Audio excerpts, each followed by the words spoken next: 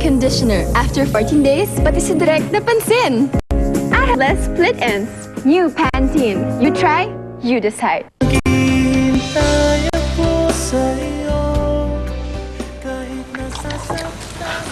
Jessica, kumain ka na marami, ha? Mali ang buong akala ko sa'yo. Hindi ka naman pala masamang tao, Angela. Akala ko, wala na akong halaga sa'yo bilang Jessa. Huwag mo tayo titigan ng ganyan. May dumi ka sa bibig mo. Kunwari ka pa. Alam kong may iniisip ka tungkol sa akin habang tititigan mo ako. So ano yan? Tell me. Gusto mo malaman ang iniisip ko? Iniisip ko, paano kaya ako magpapasalamat sa lalaking ito? Madali lang yun. Libre mo lang ako. Okay na ako. Come on, just tell me. Tell me what it is. Mali pa lang ang pagkakakilala ko sa lalaking nasa harap ko. Sana sa kanya ko na lang binigay yung oras na inaksaya kay Edward. Na-realize ko rin na mas deserving siya sa attention ko.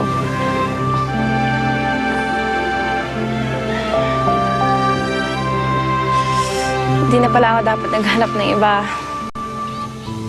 Dahil eto siya, nasa harap ko. Kumakain na may ketchup pa rin sa bibig.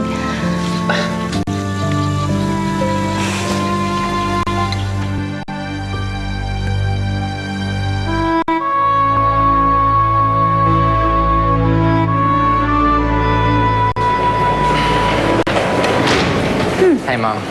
Hi, Dad. What happened? Akala ko ba susundan mo si Jessica? Kahapon ka umalis, ngayon andito ka na? Something bad happened. Ano yun? I just found out si Angela palang gusto ni Jessica all along. So, na-bad trip ako. Umuwi na lang ako. Akala ko ba the two of you are okay? Sabi mo Jessica likes you. Apparently, niloko niya ako, Ma. Pero okay lang. I still like her though. And I'm not gonna give up on Jessica. Then prove to her na mas deserving ka dito sa Angelo na to. You seem to really like this girl. Hindi ko siya masisisi. Maganda si Jessica. Napakabait. She's one of a kind. Hayaan mo tong anak natin. Wala pa naman tumatanggi sa maskote. Sige anak, magpahinga ka na. We'll go ahead. Okay. Sige na. Bye-bye. Bye-bye. Bye-bye. Bye. Edward almost raped Jessica? Sira ulo pala yun eh. Buti andun ka to save her. Hindi na kami nagsumbong sa polis dahil ayaw na ni Jessica ng gulo. Sinamahan ko na lang siya. She felt sick. Sinamahan ko siya sa kwarto niya at inalagaan ko na lang siya dun. Siguro naman after mo siya iligtas, she talked to you na. Oo. Marami siyang sinabi sa akin. Sabi niya na na-realize daw niya na sana hindi siya naghanap ng ibang guy dahil mas deserving daw ako sa kanya kaysa kay Edward. Talaga? So does this mean na ikaw talaga yung gusto niya from the start? Tapos naghanap lang siya ng ibang lalaki para iwasan ka? Kaya ka siguro niya dininay nung press con. Why would you do that?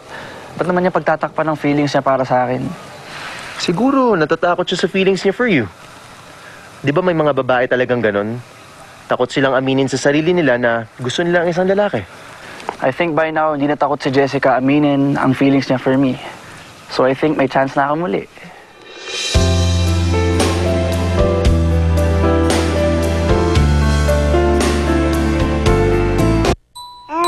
Ang baby ko, todo delicate ang skin. Kaya dapat, laging fresh. Ang baby ko, todo likod. Kaya dapat, laging